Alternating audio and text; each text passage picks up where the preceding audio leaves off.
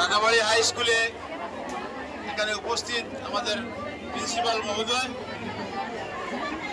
হাজিরবাজার গাঁও পঞ্চায়েত কর্তৃক আজকের আয়োজিত এই অনুষ্ঠান, এখানে উপস্থিত আমাদের সভাপতির প্রতিনিধি, সহ পঞ্চায়েতের বিভিন্ন কার্যকর্তাগণ, হাই স্কুল পরিচালন সমিতির সভাপতি সহ এখানে ছাত্রছাত্রীরা।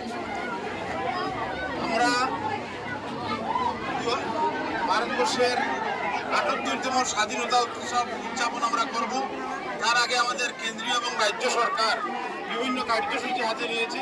তার মধ্যে আমাদের এই কার্যসূচির মধ্যে ছিল যে আমরা যে ৫টি সংকল্প এখানে আমরা পাঠ করেছি, এই সংকল্পগুলো যাতে আমরা সুদৃঢ় করতে পারি এবং একজন ভারতবর্ষকে যাতে আমরা আগামী দিনে একটা আত্মনির্ভর উন্নত দেশ হিসেবে যাতে আমরা গড়ে তুলতে পারি, সেই সংকল্প আমরা নিয়েছি নাগরিক হিসেবে।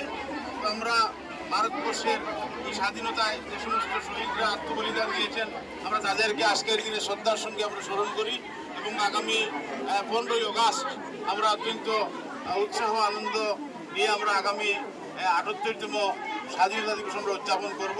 আজকের এখানে যারা উপস্থিত হয়েছেন সবাইকে আমি ধন্যবাদ জানাই। ধন্যবাদ।